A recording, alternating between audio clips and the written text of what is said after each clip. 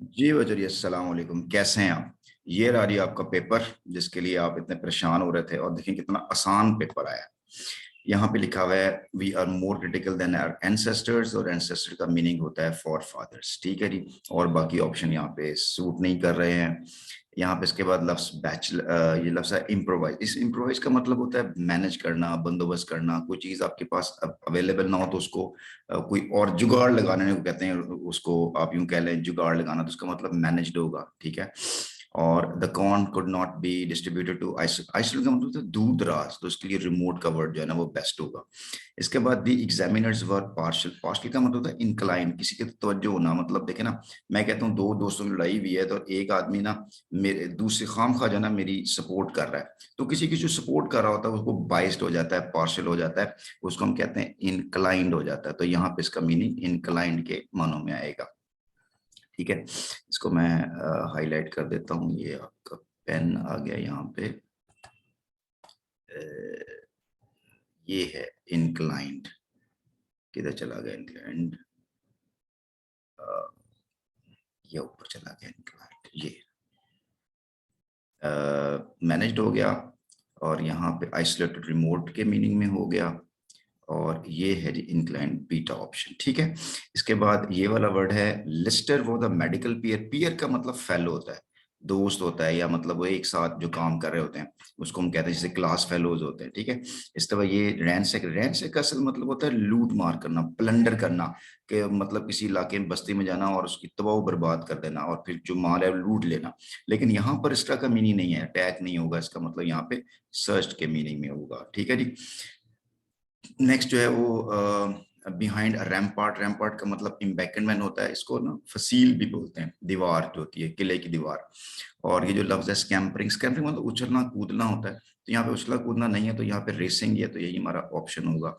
और इसके बाद ये जो लफ्ज है चाइनीज थ्रैश, चिप्स ने थ्रैश किया था। थ्रैश का मतलब ये कि उसको सजा दी थी, मारा पीटा था उसको, तो उसको पनिश के मानों में इस्तेमाल होगा। पनिश के मानों में। किधर चला गया पनिश्ड? इधर कर्सर नजर नहीं आ रहा। पनिश वो ठीक लगा, निशान लगा हुआ बीटा ऑप्शन का। ठीक है जी। तो ये मैं इसको दोबारा शाम, ये पनिश्ड हो गया। ठीक है। इसके बाद ये लफ्ज स्टूपिंग है। स्टूपिंग का मतलब जो है ना बेंड होता है, झुकने को कहते हैं, तो ये आपका ऑप्शन होगा बेंडिंग का। ठीक है जी। इसके बाद है ये अप्रोप्रिएट preposition है। फैमिलियर टू भी होता है, फैमिलियर विद भी होता है। फैमिलियर टू जो है ना वो कहते हैं कि he is familiar to me, किसी पर्सन के साथ आशना होना। और फैमिलियर विद दिस थिंग, किसी चीज के बारे में जानने को फैमिलियर विद कहते हैं। फैमिलियर टू मी, मेरे से उसकी जान पहचान है। अच्छा जी, आई क्रेव्ड फॉर मर्सी होता है। आई क्रेव्ड फॉर मर्सी, यहाँ पे ये फॉर होगा, ये बिल्कुल ठीक क्या है। इसके बाद ये जो है आई वेंट टू आस्क। अच्छा, इस पे बड़ी कंफ्यूजन है। इसमें आस्क फॉर भी आता है और आस्क अबाउट भी होता है, लेकिन किसी हेल्थ के बारे में पूछने के लिए हम ना आस्क अबाउट ज्यादा वर्ड यूज करते हैं, कि I went to ask about my friend's health के बारे में। अच्छा, you must try to go into जो है ना कुछ ज्यादा बेहतर ऑप्शन है। असल में यहाँ पे होना चाहिए था go to the root of the problem, लेकिन टू चूंकि नहीं है तो फिर जो अवेलेबल ऑप्शन इन टू जो है वो ज्यादा बनता है। इसके बाद दिस टीचर इज पॉपुलर के साथ विद आता है, पॉपुलर अमंग भी होता है, पॉपुलर विद के साथ भी आता है। ये जी आपकी करेक्शन है, और ये बड़ी simple correction I. The man is मॉर्टल नहीं होता, मैन इज मॉर्टल होता है, क्योंकि मैन जब पूरी इंसानियत को शो करता है तो हम उसके लिए मैन का वर्ड यूज करते हैं। She called him as a fool. देखो, शी कॉल्ड हिम एज की जरूरत नहीं है लिखने की, एज के तौर पर, यानी मतलब बेवकूफ के तौर पर उसको कहता है, ऐसा नहीं होगा। तो शी कॉल्ड हिम आ फूल। अब ये फूल चूंकि नाउन है, तो नाउन जब भी कॉमन नाउन आता है उससे पहले हम आर्टिकल लाजमी इस्तेमाल करते हैं। तो शी कॉल्ड हिम अ फूल, तो ये बिल्कुल अल्फा ऑप्शन करेक्ट हुआ। He has come here a month ago. ये जो अगो है ये हमें मार्कर है, ये हमें निशानी देता है, ये हमें निशान राह बताता है कि आपका टेंस जो है वो कौन सा है। अगो जब भी सेंटेंस में लगा होगा आपका सेंटेंस पास्ट सिंपल होगा, तो ही केम वाला ऑप्शन ठीक है, अल्फा ठीक होगा।